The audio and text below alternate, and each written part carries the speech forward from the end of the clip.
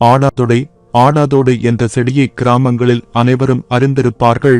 நீண்ட முழுமையான ஈட்டி வடிவ இலைகளையும் வெள்ளை நிறப்பூக்களையும் உடைய குறுஞ்செடி வேலியில் வைத்து வளர்க்கப்படுகிறது.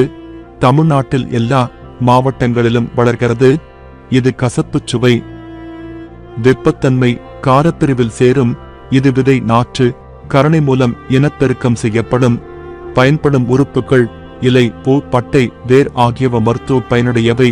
பயன்கள்: ஆடாதோடை இலையும் 5 குறுமிளகும் சாப்பிட்டால் ஆடாத உடலும் ஆடும், பாடாத குரலும் பாடும் என்ற ஒரு பழமொழியுண்டு.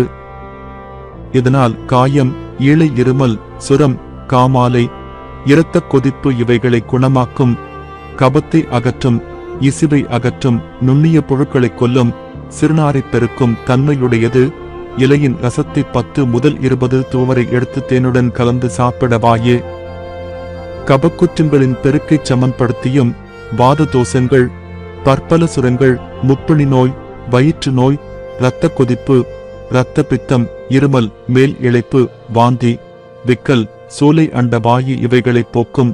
பாடக்கூடிய நல்ல குரல் தரும். இலையை உலர்த்திச் சுருட்டாகச் சுருட்டி புகைப்பிடித்து வர இரைப்பு நோய் நாங்கும். ஆடாதோடை இலையுடன் இலைக்கள்ளி, இலைச்சாற்றை கலந்து வெல்லம் சேர்த்து மணப்பாகு செய்து 10 முதல் 20 துளி அளவு 2 முதல் 3 வரை முறை கொடுத்தால் இரைப்பெருமல், வயிறு உப்புசம், கப் நோய்கள் குணமடையும். இலைச்சாறு 2 தேக்கரண்டி எருமை பாலில் காலை மாலை கொடுத்து வரச்சாத பேதி, இரத்தபேதி குணமடையும். ஆபாதோடையின் பூவை வதக்கி 2 கண்களின் மாதம் வைத்துக்கட்ட கண்களில் உண்டாகும் நோய் தாரும். ஆடாதோடை பட்டையை நன்றாக இடித்துச் சலித்து குடிநார் செய்து உட்கொண்டாலும், பட்டையை ஊர்த்தி இடித்து சூரணம் செய்து வைத்துக்கொண்டு வெண்ணாயில் 2 கிராம் சாப்பிட்டு வந்தாலும் சுரம், இருமல், இளைப்பு ஆகிய நோய்கள் நீங்கும்.